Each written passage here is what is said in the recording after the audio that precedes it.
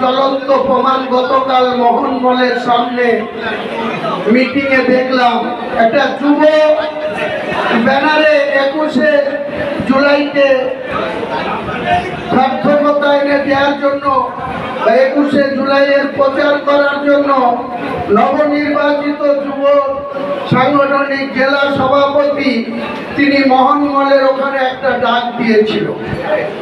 কোথাকারও মাদারের সভাপতি সেখানে যায়নি, একমাত্র ওই জেলার যুব সভাপতি এবং মাদারের সভাপতি শুধুমাত্র তাদের কলকাঠি নাড়ার জন্য এখানকার দুজন মাদারের সভাপতি সেখানে গিয়ে বসে আছে।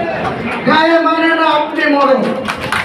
আর এই জেলার নেতাদের আমি পরিষ্কার করে বলছি, শুধু 21শে জুলাই 2025 পার হোক, আগামী 15ই আগস্ট আসুক, সেদিন থেকে শুরু করব।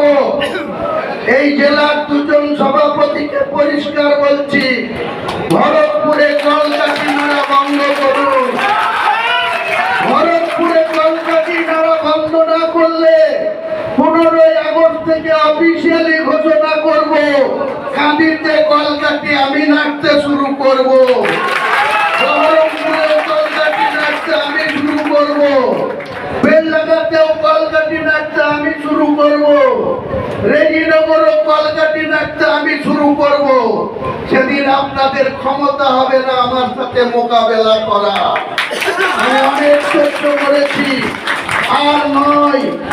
আমি এই সালারের মাটিতে দাঁড়িয়ে বলছি, ডান দিকে কালু ভাই আছে, আনিল আছে, সাধারণ অবনীত মানুষের সমর্থন নিয়ে চ্যালেঞ্জ থাকলো। আমি মুর্শিদাবাদ জেলার তৃণমূলের প্রতীকে যতগুলো প্রার্থী কন্টেস্ট করবে সবার থেকে বেশি মার্জিন নিয়ে আবার মমতা বন্দ্যোপাধ্যায়ের হাতকে শক্তিশালী করার জন্য নির্বাচিত হয়ে কলকাতায় যাব, বিধানসভায় যাব। যত খুশি আপনারা বিরোধিতা শুরু করুন, সেই বিরোধিতার মাত্রাটা যেন বেশি না অতিক্রম করে। অতিক্রম করলে পরে তার পরিণতি কিন্তু খারাপ জায়গায় যাবে, সেটা আমি মনে প্রাণে চাই না। 26শে ইলেকশন তৃণমূলের বিধায়ক হিসাবে অনেক কিছু সহ্য করছি, অনেক কিছু লক্ষ্য করছি, কিন্তু মাথা ঠান্ডা রেখেছি। যদি মাথা ঠান্ডা না রাখি তাহলে সাঁইথিয়ার মতো ঘটনা ঘটবে, ভাঙড়ের মতো ঘটনা ঘটবে। আমি আগাম বলে দিচ্ছি, এই জেলার নেতাদের সংযত থাকুন। সংযত না থাকলে তার পরিণতি কিন্তু খুব খারাপ জায়গায় যাবে। কারণ আমাদের পিছনে লাগতে আসবেন না, আমরা কারো পিছনে লাগতে যাই না।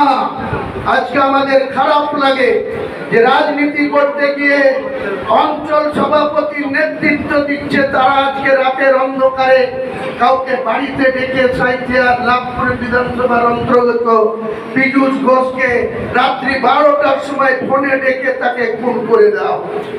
কেউ এই 21শে জুলাইকে সামনে রেখে মিটিং করছে, সেই রেজ্জাক খাঁ তাকেও ওখানে মরতে হচ্ছে। মরছে কে? তৃণমূল।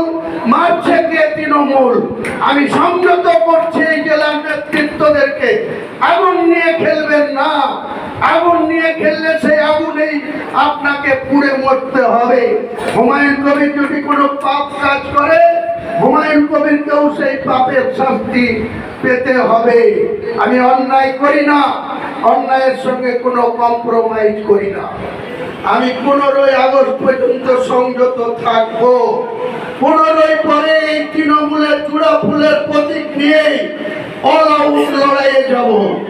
যদি জেলার সভাপতি কাঁদি থেকে ভরতপুরের নেতাদের অক্সিজেন দেয়, আমি গোটা জেলায় এর সংগঠনের বিরুদ্ধে অক্সিজেন যোগাবো। কাদের নিয়ে যোগাবো, তার পরিণতি কি হবে, তার জন্য তৈরি থেকো বন্ধু, তৈরি থেকো। আমার লড়াই করার অভ্যাস আছে, আমি লড়াই করে কি করে ময়দান থেকে জয়লাভ করতে হয় আমি জানি।